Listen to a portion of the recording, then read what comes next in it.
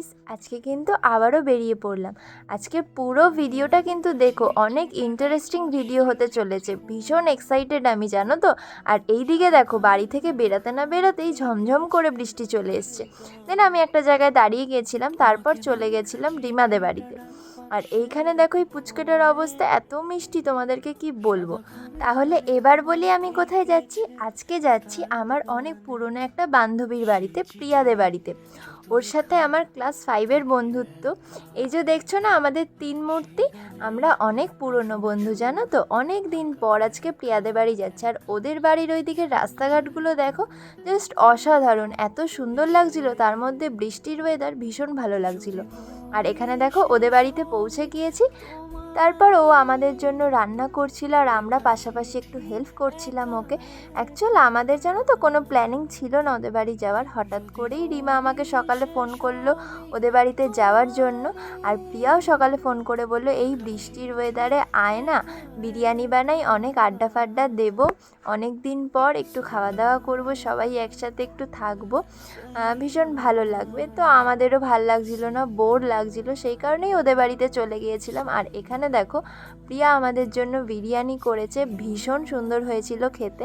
আর এমনিতেও জানো তো, বিরিয়ানি না আমার ভীষণ পছন্দের একটা খাবার, মানে প্রচণ্ডই ভালো লাগে। আর এদিকে দেখো আমরা খেতে খেতে সবাই মিলে একসাথে একটু গল্প টল্প করে নিচ্ছিলাম। তারপর এখানে খাওয়া দাওয়া হয়ে গেছে, একটু রেস্ট নিচ্ছিলাম, অনেক পুরনো পুরনো গল্প করছিলাম, সেই স্কুল লাইফের কথা বলছিলাম।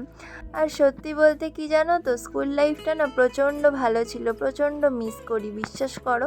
এখন হয়তো আর দেখা হয় না আমাদের অত একটা, বাট খুব কম দেখা হয়, কিন্তু আমাদের বন্ধুত্বটা সেইভাবেই রয়েছে। জাস্ট একটু আসা যাওয়া কমে গেছে, দেখা ফেকা কমে গেছে। আর স্কুল লাইফটা সত্যিই অন্যরকম একটা লাইফ। তারপর এদিকে ওই গল্প আড্ডা করতে করতে সন্ধে হয়ে গেল, ও চা বানিয়ে নিয়ে চলে এলো। দেন আমরা চাটা খেলাম।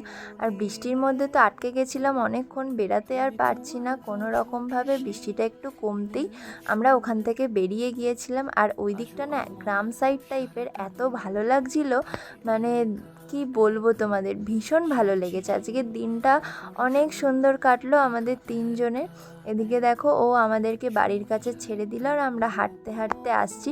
আর আমাদের এখানে দেখো এইটুখানি বৃষ্টিতেই জল জমে গেছে, কি আর বলবো। যাই হোক, এদিকে দেখো ওই জল টপকে টপকে আমি বাড়ির কাছাকাছি চলে এলাম।